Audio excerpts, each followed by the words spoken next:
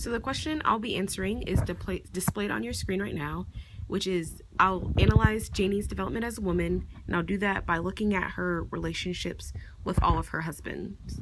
So Janie starts with this wondering of what a happy marriage is, and she's doing this sitting underneath a pear tree. This is the quote that she's doing this by. And basically she realizes that this pear tree symbolizes happiness in a marriage. But with her first husband, Logan, she doesn't achieve this. She's hindered. He is mean to her, but I guess that's because he's old. And the only reason she really married him is because of her grandmother, who didn't want her sexual advances to be taken as something that she was not. So she didn't really develop as a woman in this marriage like she did in the next couple of her marriages. Her relationship with Joe Starks, her second husband, Jody, at first seems like this is the love that she thought about underneath the pear tree representing her womanhood, when in all reality, he is the same way as her previous husband.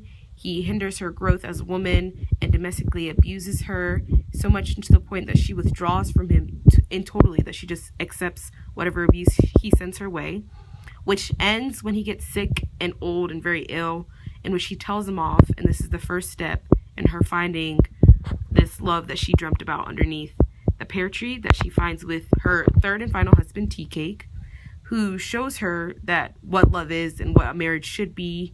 He teaches her the things that all her other husbands didn't teach her, like to shoot a gun, and this is when she is truly and finally happy. But at the end, when it's just herself and she's finally happy by living with herself, because she has the memories of Tea Cake, which allows her to know what true love is.